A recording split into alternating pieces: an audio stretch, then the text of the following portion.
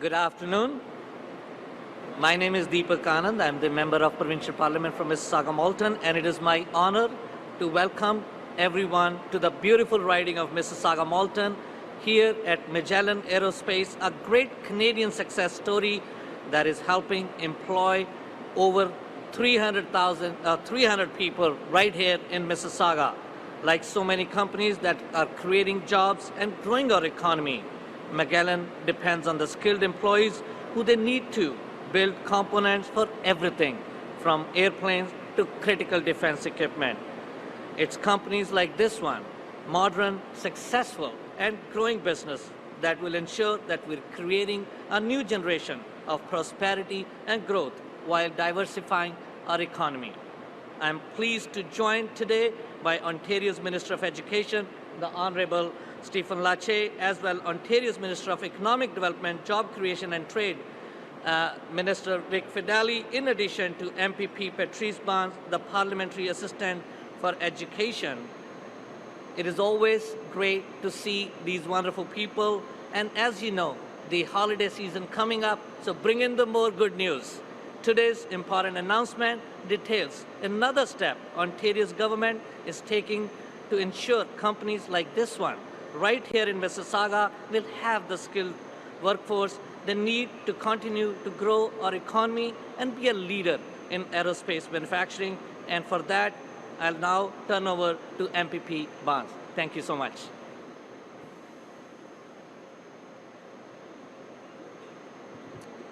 Thank you, Deepak, and thank you all for joining us here today for this exciting announcement. For more than 4 years, Ontario's government has prioritized ensuring this province is open for business. Of course, it has been reflected by exciting announcements to attract businesses and to grow our economy and to get folks in Ontario good-paying jobs. Premier Ford and Cabinet ministers like my colleague, Minister Fedeli, have been at the forefront of these efforts, speaking directly to investors and job creators and ensuring they know all the advantages of creating jobs right here in Ontario. Over the past 2 months, employment in Ontario has increased by 55,000 workers. Our government continues to work around the clock to strengthen the economy and attract investments that will create good-paying jobs for the people of Ontario. After 2 years of COVID pandemic and the global recession is triggered, this is encouraging signs that Ontarians are getting back to work and our economy is getting back on track. But to ensure that Ontario remains to be one of the most attractive jurisdictions across North America, we need to make sure we have a workforce that can fill the needs of our economy. Already we know that there's a significant shortage of folks in skilled trades, which we are ready to address. But we also know that we need students to gain new skills in areas with growing importance, like proficiency in STEM and areas like coding. Well, the good news is Ontario's government, led by Premier Ford and supported by Ontario's Education Minister, is taking that challenge head-on. With more about how Ontario's government is giving our students the tools they need to succeed, today and tomorrow, it is my honor to welcome Minister Lecce to the pole. Thank you.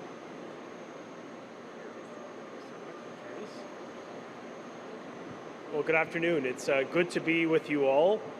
First off, I want to thank MPP Patrice Barnes for her amazing leadership in the ministry. I want to thank Deepak Anand for welcoming us back to Mississauga, to his wonderful community and riding. And I want to thank Magellan for the leadership they provide in aerospace here in Canada and around the world. Thank you for welcoming us to your amazing advanced manufacturing facility. I also want to welcome the Minister of Economic Development and Trade, my friend and colleague Vic Fedeli as well, joining with us, as well as First Robotics, who play a critical role in helping to inspire innovation and discovery within the classroom. Now, before I get started, I do want to comment on the new news regarding negotiations with the Ontario Council of Education Workers. I do want to reconfirm and announce that we have secured another tentative agreement with education workers represented by the OCW. This is good news, and it demonstrates our commitment to deliver agreements with education unions that ensures students across Ontario remain in class where they belong. This has always been our #1 priority, especially over the past few years of disruption that has left profound impacts on kids across our country. It's why we have made record investments to get them back on track. Students across our province today are benefiting from a $650 million increase in funding this year alone, in addition to more than 7,000 education staff that have been hired under our government to support our kids and ensure they get back on track. And to do that, they need stability. Right to June with the clubs and the extracurriculars and sports that really help enrich a life of a child. And I know and I hope that all remaining education unions and school boards and this government, we will continue to work together and come together so that Ontario's government can keep children where they belong in class, learning without disruption. It is critical because that education is what will help our students succeed in the jobs of tomorrow. And that's why we're here at Magellan Aerospace with my colleague, Minister Vic Fedeli, Patrice and Deepak, to announce our next steps Ontario's government is taking to ensure students across our province can compete in a changing and disrupted global economy, and that they can gain access to good paying jobs of the future. Job creators and innovators have been very clear. What we teach our children must be cutting edge. It must reflect the changing marketplace. It must emphasize real-life application and life and job skills. And it must embrace an innovative ecosystem that challenges young people to be students of ambition and to think boldly. We want to help produce the next generation of made in Ontario and made in Canada technology that is researched, tested, and ultimately manufactured right here in this province, in our country. It's how we ensure success for our children and our country's long-term prosperity. And that means students' education must keep pace with a rapidly evolving workforce in Ontario's growing economy. It's being driven by automation, by emerging digital platforms, artificial intelligence, and other technology. Our world has changed significantly since 2008, when the former curriculum was last updated in science, in computer sciences. Most people have had separate devices for listening to music back then. Taking pictures and making phone calls and browsing the web on your phone was pretty limited, if you could do it at all. Cars still needed AV cords to attach to an MP3 player, and they certainly couldn't drive themselves or park themselves. Today, with smartphones and watches and automated vehicles and the rise of social media and advancement in aerospace, we know how much the landscape has changed. And this government is ensuring that curriculum is changing with it. In fact, over the past 5 years, we've made this a fundamental priority. Already introducing updated, modern curricula to equip our students with the tools they need to succeed so that they gain access to a good paying job. It includes, for the first time ever, mandatory learning in financial literacy, in coding in every grade 1 through 8, and an emphasis on problem-solving skills, on leadership development, that really is now reflected right across our math and science curricula. It includes an updated recognition and the expansion of our dual credit program and a focus on the skilled trades and STEM careers. It includes an updated elementary and D-Stream grade 9 science curriculum that explores emerging technologies, including space, defense, among many other areas of innovation. And I'm proud that once again, we are demonstrating our commitment as a government to open more doors for our students that leads them to an exciting career. We are proud to announce that today we are modernizing the entire secondary technological education curriculum. We are also developing a new course in computer studies that focuses on digital technology and innovation in the changing world that will be in place for September of 2023. This will support massive innovation and opportunity in aerospace, in advanced manufacturing, in agriculture, and R&D within our economy. This course replicates the outdated curriculum from 2008 that now includes concepts like applying coding and life skills. We're investigating artificial intelligence and cybersecurity, and we're exploring other emerging cutting-edge digital technologies and their place within an economy. These changes will position this province for long-term economic prosperity and set our young people up for success. Now, we don't just want to be participants in the tremendous economic opportunities emerging around us. We want to be leaders in educating students about science, technology, engineering, and math. By enabling students to access these important skills, our government is ensuring that this province will have the software engineers, the web developers, the programmers, and the skilled workers who will develop the new innovations of the 21st century economy. Advancements in automation across the economy, from agriculture to manufacturing, construction, all require this type of knowledge. And it means we need to prepare our students for those jobs today. So, right now we know there's already massive demand for skilled journey persons, and that demand is going to keep growing. That's why more students now, more than ever, have the options to prepare fulfilling professional careers within these sectors of the economy to fuel our economic growth. And these important changes will help us be ready to seize the opportunities of tomorrow. And before I turn it over to my colleague, Minister Fedeli, who's going to speak about some of these growing opportunities in the high-demand careers and the skilled trades, I want you to know that our Premier and our government is focused on ensuring young people are able to graduate with a competitive advantage. They can seize every job and every opportunity at home and abroad.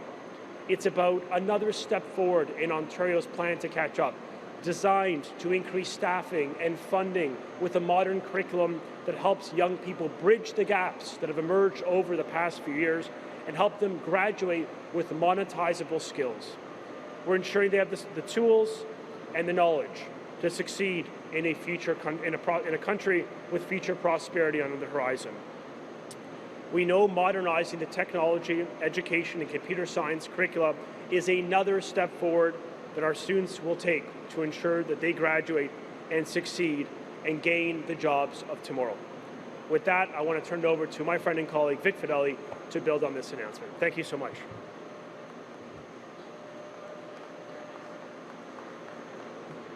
Thank you, Minister Lecce. Hi, everybody. It's great to be back here at Magellan Aerospace, one of our very own Ontario success stories. Congratulations. Thank you to everyone at Magellan for helping put Ontario on the map as a global aerospace leader. We're excited to see you continue to grow alongside the rest of the sector. Ontario's manufacturers are a key part of the global supply chain for virtually every passenger aircraft in the world. Our aerospace industry is one of the largest in Canada, providing $2.9 billion worth of exports annually to 186 countries. Companies around the world are looking to Ontario for their future, and our government is proud to support them and foster that growth as part of our plan to build Ontario. A key part of that is ensuring that our young people have the skills they need for the opportunities of tomorrow, whether it's in the skilled trades or the STEM-related field. We want the next generation to understand that there is every bit as much value in a trade certificate as there is in a degree. The skilled trades are quite literally building Ontario, whether that's through manufacturing jobs or the building of homes and critical infrastructure. There are also key opportunities in new sectors, aerospace, information technology, that all depend on STEM learning. Supported by a tech workforce of more than 408,000 employees, Ontario ranks second in North America in the number of information and communication technology establishments. And with a robust pipeline of fast-growing companies raising hundreds of millions of dollars in venture capital funding, we expect that number to continue to grow. We are creating jobs and opportunities all across Ontario, which is why today's announcement is so very important. These updates to the curriculum will ensure our students have the skills they need to take advantage of all of the opportunities that are being created. Companies, both domestic and international, are excited to hear that 65,000 Ontario graduates graduate with STEM programs every year, and that we have an incredible manufacturing might bolstered by our skilled workforce. So not only is Ontario open for business and jobs of today, but we're going to be ready for the jobs and opportunities of tomorrow. It's now my pleasure to turn things over to Artie Javeri, Vice President of Partnership at First Robotics Canada.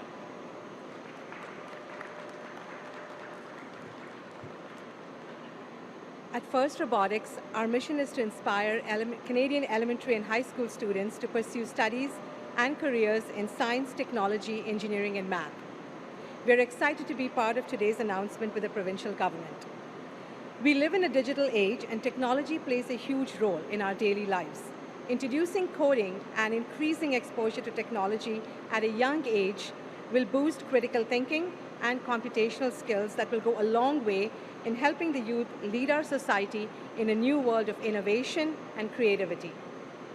FIRST programs and careers have proven influence on young people's interest and persistence in pursuing education and careers in engineering, computer science, and other STEM fields across all demographic groups. FIRST students show significant gains in STEM knowledge, interest, and STEM careers compared to their peers who don't participate in FIRST programs. At First Robotics Canada, students are not only building and coding robots, they fuel their ambition and drive towards STEM and future technologies and pathways. Through our programs, students gain fundamental skills required in order to survive in the upcoming technology-based environment and economy, and empowers them to be the creators of technology rather than just the users of technology. No matter what industry or career students in today's classrooms enter, their work will involve some technology interaction. If we prepare our students to not just interact with, but envision ways to creatively and ethically use, design, engineer, and build the solutions of tomorrow, our society will reap the benefits. These 21st century holistic skills are the true needs of our future workforce, and we are proud to see the government include technology and coding into the curriculum to include more STEM concepts and experiential learning. I would now like to call upon Minister Lecce to the podium and open it for questions. Thank you, Artie. That concludes the formal portion of today's announcement. We'll now transition to a media Q&A. For those journalists who've joined us in person, I'd ask you to come to this microphone to ask your question.